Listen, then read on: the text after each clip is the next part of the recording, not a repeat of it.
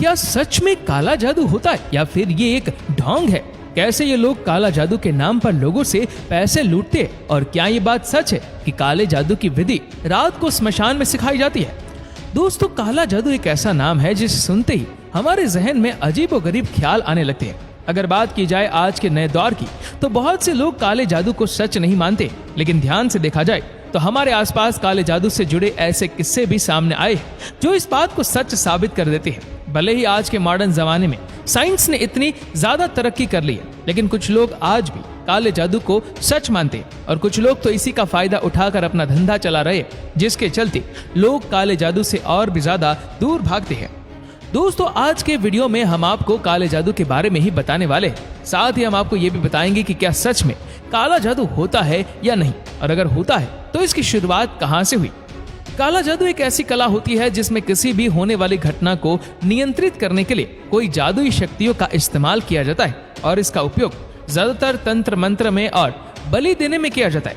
वैसे इसे एक तरह का सम्मोहन भी कहा जा सकता है, जिसे हम लोग हिप्नोटाइज भी कहते हैं। वैसे काले जादू का ज्यादातर इस्तेमाल किसी भी चीज या किसी भी इंसान को नुकसान पहुंचाने में किया जाता है। आपको बता दें कि शुरुआत में तो ये धीरे धीरे असर करता है, लेकिन आखिर में ये इंसान को मौत की ओर ले जाता है। लेकिन काला जादू किसी भी इंसान पर कितना ज्यादा असर करेगा, ये तो उसके ऊपर निर्भर करता है, जो कि इसे एक हथियार की तरह इस्तेमाल कर रहा हो। आपको जानकर हैरानी होगी कि काला जादू की शुरुआत अफ्रीका से हुई थी।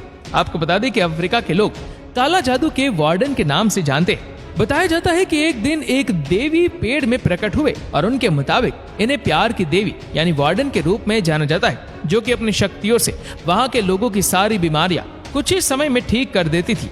प्यार की ये देवी वहां के चर्च के पादरियों को बिल्कुल भी पसंद नहीं थी, जिसके चलते उन्होंने उस पेड़ को कटवा दिया। लेकिन फिर भी वहां के लोग उस देवी की मूर्ति बनाकर उसकी पूजा करने लगे और सभी की परेशानियां और सारे दुख दूर होने लगे।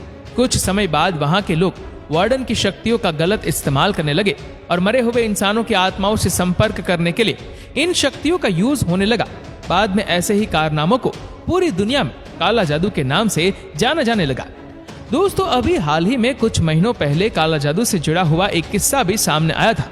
बताया जाता है कि 20 अप्रैल को मध्य प्रदेश के जबलपुर जिले में 21 साल के एक व्यक्ति ने अपने बूढ़े रिश्तेदार की तलवार से हत्या कर दी, क्योंकि उसे ये शक था कि उस बूढ़े आदमी ने उसके परिवार पर काला जादू कराया है।